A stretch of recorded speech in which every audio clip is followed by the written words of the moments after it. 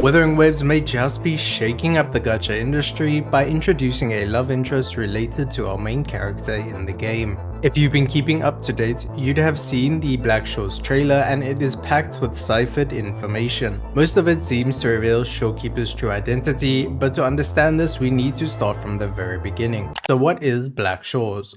Well, the name is actually not a reference to their symbolic Blake Bloom flowers, it actually describes the nature of business. The black in Black Shores is not the color, it is the technical term, meaning that everything happening in the area is kept within the area, like a military black site. We know this from the English description saying the area has a thick digital fog, and the direct translation from Mandarin that calls Black Shores the dark coast. The term that often appeared when I did my research is clandestine. We also know that the digital system is the tether system, which also created the new boss, the fallacy of no return. But this may not be the only creation of the tether system. From the trailer, there is a piece of code that translates to what is on screen. And to raise even more alarms, the final part of the code is cut off. Luckily, there is enough to decipher the names Shorekeeper, Rover, and a third character or object noted as XXX. I think this could be the same character we see at the start of the game and the same one that is in the Court of Savante, or perhaps the Tabi, who knows. What's interesting is that these three characters are in an object called Contingency Third. After doing some research at the Academy, not really, this may be a reference to the three-term contingency, also known as the ABC contingency. Essentially, this is a philosophical model that monitors actions and punishes or rewards subjects based on their behavior. So what does this mean for Shorekeeper, Rover, and XXX? Let's start with Shorekeeper. To add to the probability that Shorekeeper is from the tether system, her resonance ability says she was awakened by Rover. So before Rover, Shorekeeper was not in the human-like state she is now, or not in the reality like she is now. She may have previously been in the digital world or a place known as the Forsaken Home. This begs the question of what is Shorekeeper's purpose? And the answer to that may be to monitor Rover. Although the code was cut off, Rover's instance says high test, person XXX has the instance solar, and Shorekeeper's instance is cut off. But this is where things that don't usually happen to an MC in gacha begin to happen. There are references and indication that Shorekeeper develops love for Rover. The first part is from the Mandarin translation that says Shorekeeper developed emotions during her long watch to protect the bond between her, the world, and Rover. This is just one indication, which I agree is very vague because it doesn't exactly say what emotions are developed. The second piece of evidence that Shorekeeper may develop love for Rover is the translated cipher on this frame from the Black Shores trailer. And this translates to Mandarin, not English, saying what is on screen. Now Google Translate will translate the entire sequence to energy bead ring mechanical array, but what's crazy is that this is one possible translation. The other is taken by separating the characters into different words, which translates to able butterfly lovers return to mechanical array. The second translation fits with Shorekeeper's butterfly theme and the mechanical array shown in the image. The story of the butterfly lovers with the name on screen is said to be one of China's most popular folktales. It's essentially the Romeo and Juliet of China, but its own unique story. The girl disguises her identity as a boy to go to school, becomes best friends, and falls in love with a classmate, then has to return home for an arranged marriage. The classmate then visits, where he finds out about her true identity as a girl, not a boy, and they fall in love, but she is called to marry somebody else, not her true love she found at school. If this reference applies to Shorekeeper, it possibly means that Shorekeeper is made by the tethers to gain trust and knowledge with Rover, but begins to develop emotions. And the conflict is that Shorekeeper will return to the digital world, or Forsaken Home, once the tethers has monitored enough about Rover. Whether their emotional connection is the intention of the tether system, or if Shorekeeper intended it or not, that remains unanswered. The idea that it's a one-way trip to the Forsaken Home is thanks to the fallacy of no return. The no return part meaning no